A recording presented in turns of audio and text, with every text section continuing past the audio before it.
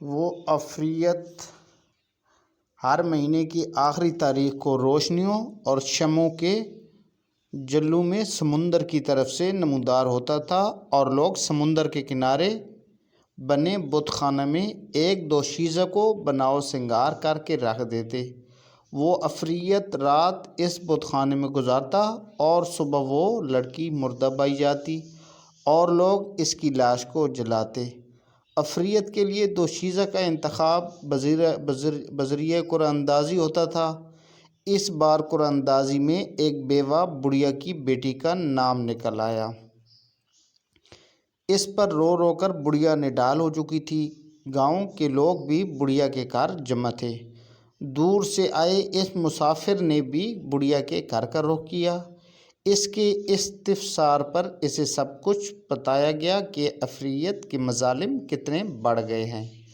مسافر نے بڑھیا کو دلاسا دیا اور عجیب خواہش کا اظہار کیا کہ آج رات آپ کی بیٹی کی جگہ بت خانے میں مجھے بٹھایا جائے۔ پہلے تو وہ لوگ خوف کے مارے نہ مانے کہ افریت غصہ ہوئے تو ان کا انجام بد کیا ہو سکتا ہے، لیکن مرتا کیا نہ کرتا وہ راضی ہو گئے۔ مسافر نے وضو کیا اور بت خانے میں داخل ہو کر قرآن مجید کی تلاوت شروع کر دی۔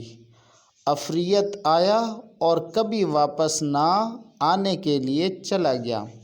لوگ صبح نہار بت خانے کے باہر جمع ہوئے تاکہ لاش جلائی جا سکے، لیکن مسافر کو زندہ دیکھ کر وہ سکتے میں آ گئے۔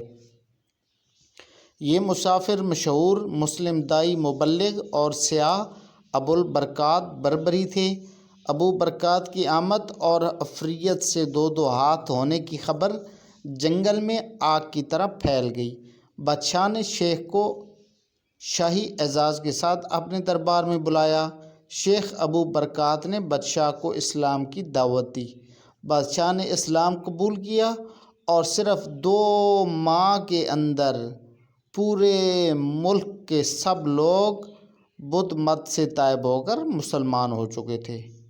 یہ بات 1314 کی ہے۔ اس مبلغ اور داعی نے اسی ملک کو اپنا مسکن بنایا، لوگوں کو قرآن و حدیث کی تعلیم دی، ہزاروں مسجدیں تعمیر کی اور اسی ملک میں وفات پائی اور اسی مٹی پر دفن بھی ہوئی۔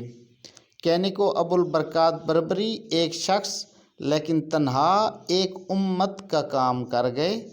آج بھی ان کو برابر اجر مل رہا ہے۔